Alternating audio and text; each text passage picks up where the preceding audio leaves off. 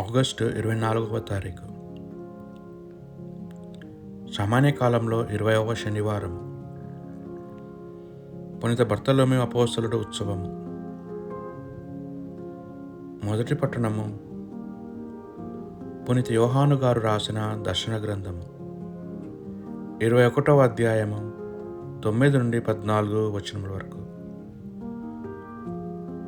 సప్త జాడములగులు సప్త పాత్రలను ధరించిన 7 దేవదూతలు ఒకడు నన్ను సమీపించి,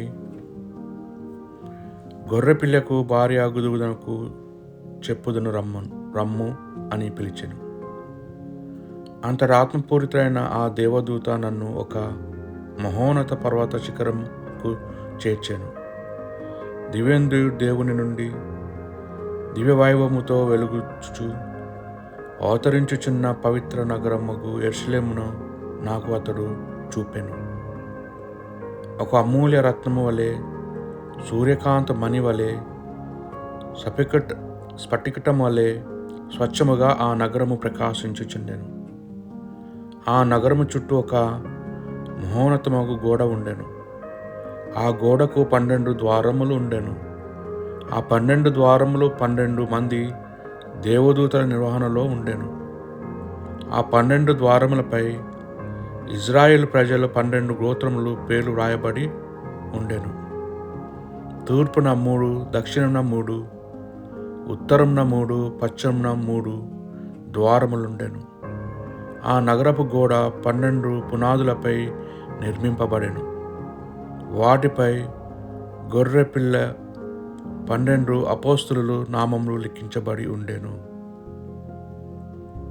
ఇది ప్రభువు వాక్కు. భక్తి కీర్తన. నీ స్నేహితులు నీ రాజవైభవ మహిమను సన్నతింతురు. ప్రభు, నీవు చేసిన ప్రాణులన్నీ నిన్ను స్తుతించును. నీ ప్రజలు నిన్ను కొనియాడుదురు. వారు నీ రాజవైభవమును సన్నతింతురు, నీ ప్రభావమును ఉగ్గడింతురు.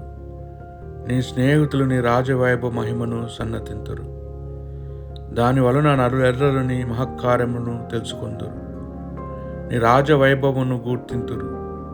నీ రాజ్యము శాశ్వతమైనది. నీ పరిపాలన కలకాలము కొనసాగును. ప్రభు తన వాగ్దానంలో నిలబెట్టుకొనును. ఆయన అన్య కార్యముల కరుణతో నిండి ఉండును. నీ స్నేహితులు నీ రాజవైభవ మహిమను సన్నతింతురు. పునీత యోహాను గారు రాసిన సువార్త సువిశేషంలోని భాగం 1వ అధ్యాయము 45 నుండి 51 వచనం వరకు. ఫిలిప్పు నతానేలు అను కలుసుకొని, మోషే ధర్మశాస్త్రమునందు ప్రవక్తల ప్రవచనములందు చెప్పబడిన వానిని మేము కనుగొంటిమి. ఆయన యోసేపు కుమారుడు, నజరేతు నివాసి యేసు అని చెప్పాను. నజరేతు నుండి ఏదైనా మంచిది రాగలదా అని నతానేలు అడుగగా, వచ్చి చూడుము అని ఫిలిప్పు పలికెను. నతానేలు తన యొద్దకు వచ్చుట చూచి అతను గూర్చి యేసు, ఇదిగో కపటము లేని నిజమైన ఇజ్రాయేలుడు అని చెప్పాను. మీరు నన్ను ఎట్లా ఎరుగుదురు అని నతానేలు అడిగాను యేసుని. ఫిలిప్పు, నీవు పిలవక పూర్వమే నీవు అంజూరపు చెట్టు క్రింద ఉండుట నేను చూచి తిని అని సమాధానం ఇచ్చాను. బోధకుడా, నీవు దేవుని కుమారుడవు, ఇజ్రాయేలు రాజు అని నతానేలు పలికెను. నిన్ను అంజూరపు చెట్టు క్రింద చూచి తినని చెప్పినందువలన నీవు నన్ను విశ్వసించుచున్నావా? ఇంతకంటే గొప్ప కార్యములు నీవు చూడగలవు అని యేసు చెప్పాను.